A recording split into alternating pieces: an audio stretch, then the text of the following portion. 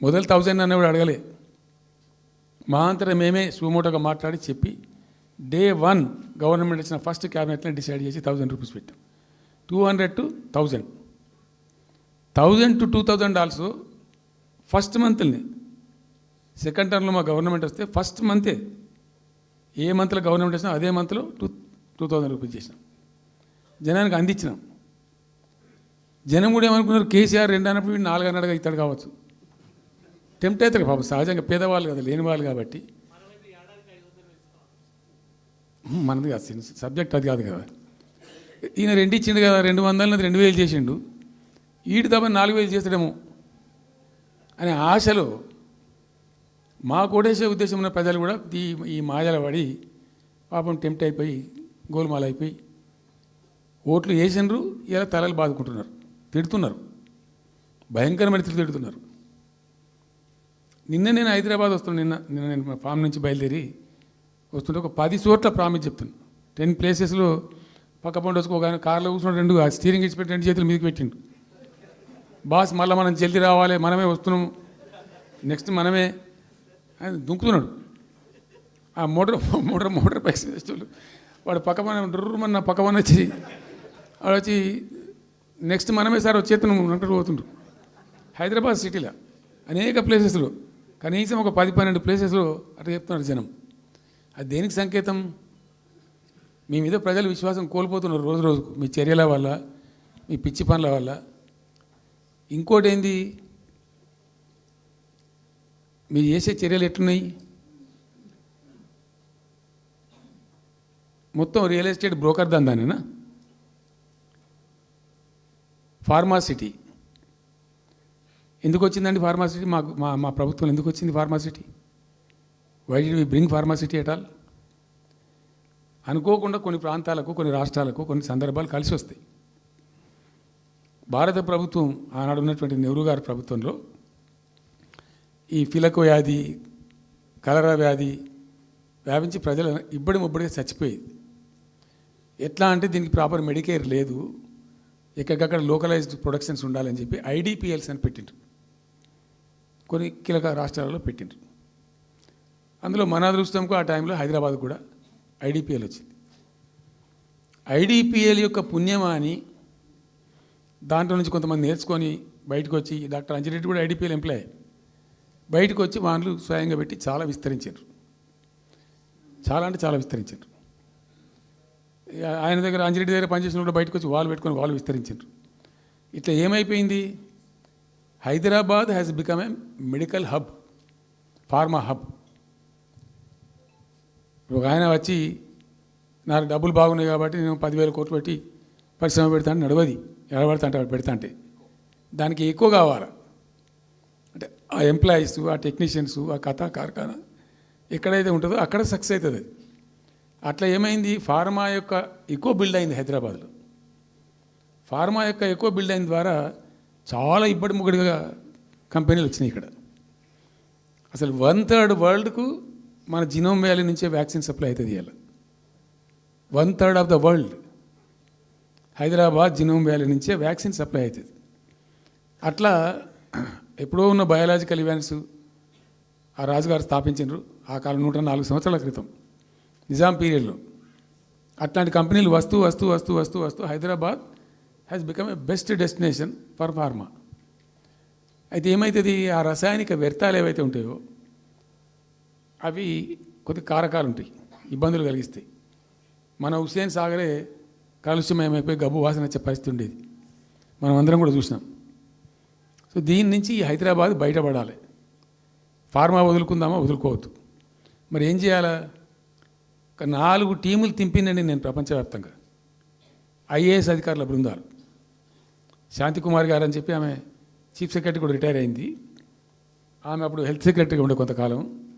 ఆమె నాయకత్వంలో పంపించాం, చాలా దేశాలకు పంపినాం. మరి తిరిగి రండి. ఇప్పుడు ఏమైంది, మందులు లేని ప్రపంచాన్ని ఊహించలేం, మందులు కావాల్సిందే. మందులు తయారు చేసే సందర్భంలో తప్పకుండా కొంత వేస్టేజ్ ఉంటుంది.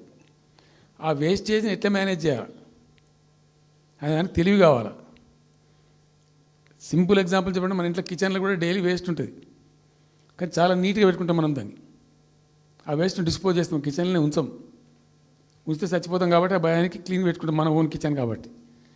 ఎగ్జాక్ట్లీ ఎట్లయితే కిచెన్ క్లీన్ పెడతారో వాటిని కూడా అట్లా క్లీన్ పెట్టాలి.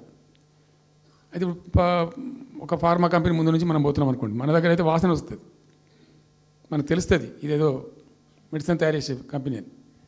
వేరే దేశాలలో అట్లా లేదు, యూరోప్లో లేదు, యూఎస్లో లేదు, చాలా దేశాల్లో లేదు, చైనాలో లేదు, అసలు గొట్టం నుంచి పొగరాదు.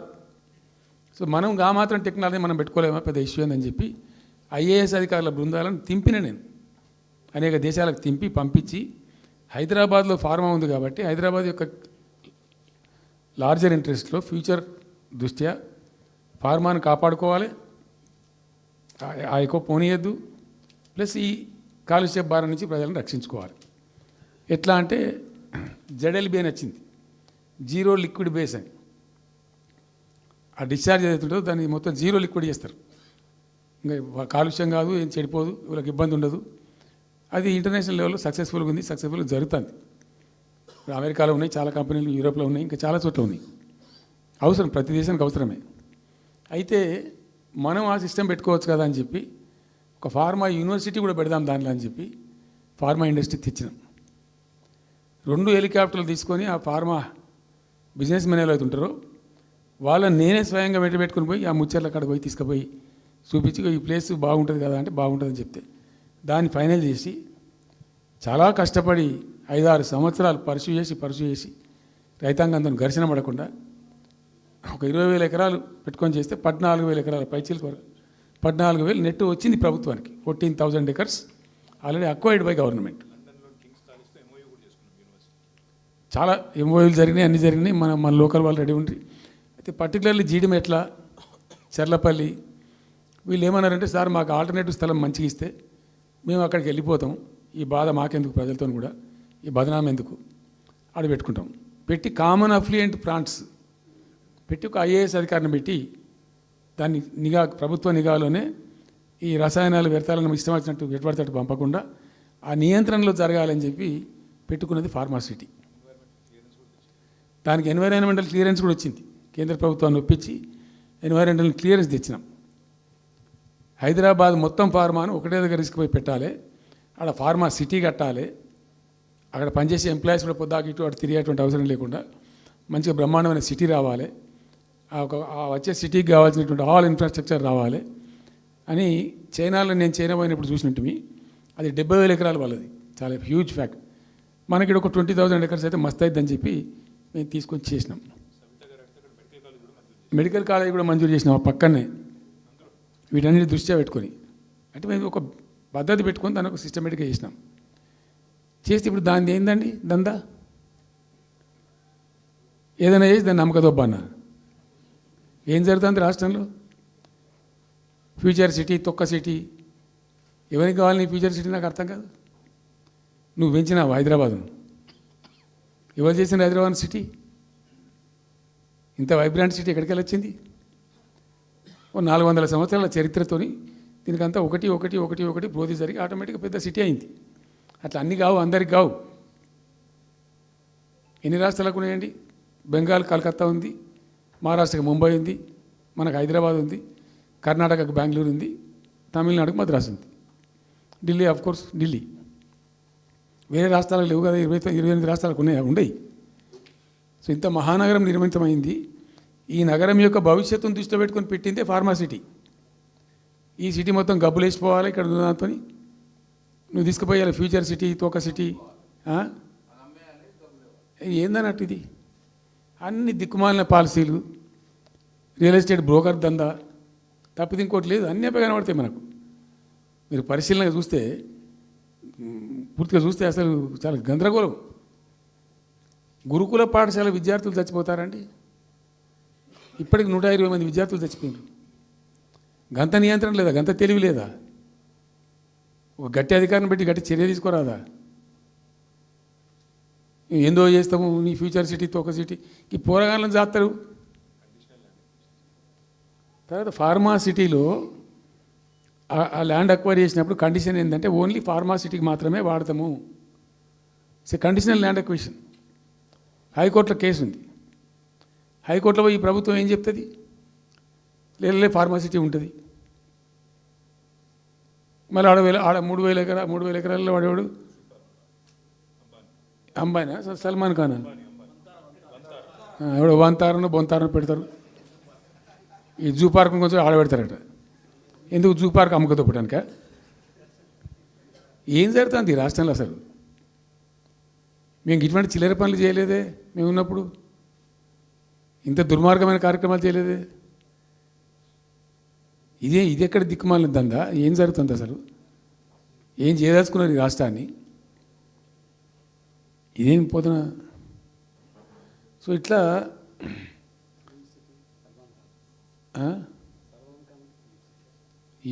అది ఏందో నేను ఒక్కటే మాట్లాడుతున్నానండి. బిజినెస్ మీట్ పెడతాం, ఎంఓయూలు చేసుకుంటాం, ఏ ప్రభుత్వం చేయాల్సిందే. అడ్డగోలు జమాబందీ దానికి లెక్కలేని కథ అంటే ఏందన్నట్టు ఒక హైప్ క్రియేట్ చేసుడు. దీనికి ఆజుడు, దీనికి గురువు చంద్రబాబు నాయుడు. ఇప్పుడు చంద్రబాబు నాయుడు చెప్పిన లెక్కల బిజినెస్ వచ్చేది ఉంటే, ఎంఓయూలు సక్సెస్ అయ్యేది ఉంటే ఆంధ్రప్రదేశ్లో ఈ పాటికి 20 లక్షల కోట్లు వచ్చి ఉండాలి.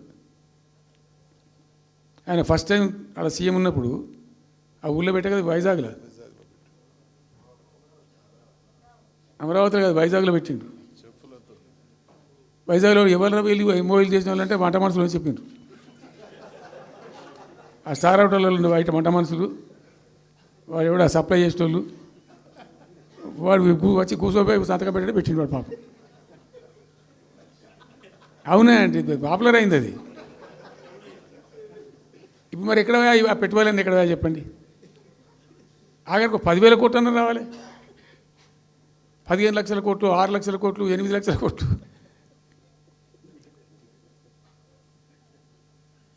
అయితే అప్పుడు తమాషా జరిగింది. ఈ భోపాల్ ముఖ్యమంత్రి, అప్పుడు నేను ముఖ్యమంత్రి నుండి భోపాల్ ఉన్న ఆయన పేరు శివరాజ్ సింగ్ చౌహాన్, ఆయన సీఎం ఉండే. ఆయన ఆ ప్లానింగ్, అదే ఇప్పుడు నీతి ఆయోగ్ ఉంది కదా, దానిలో సబ్ కమిటీకి ఆయన చైర్మన్. నేను భోపాల్లో పెడతా బాయ్ సాబ్ జర వచ్చిపోను అని ఖచ్చితంగా ఊరికే బతిమాలితే ఫోన్ల మీద ఫోన్లు చేస్తే ఏం భోపాల్ లేవా మీరు చూసుకొని అంటే, లేదు సార్ నువ్వు తప్పకుండా రావాలంటే సరే అని పోయినండి. అయితే ఆడొక ఇండస్ట్రీ మినిస్టర్ ఉంది, వాళ్ళ గవర్నమెంట్కి ఉంటారు కదా మధ్యప్రదేశ్కు.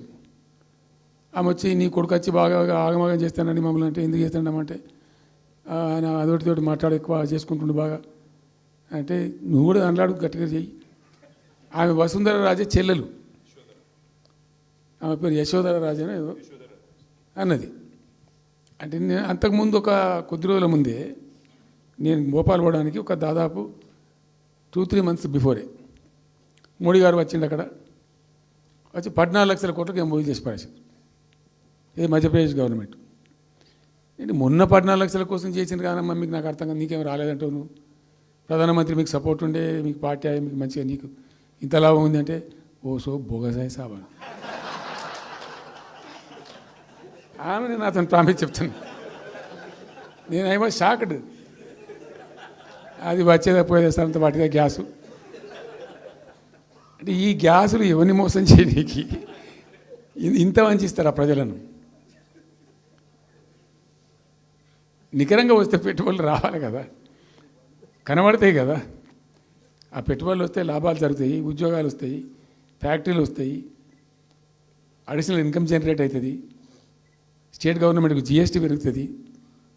ఏమి లేదు, వాటిదే గ్యాసు. మొన్న వీలైతే చెప్పి 5 లక్షల, నువ్వు కొంచెం తగ్గించి చెప్తున్నావు,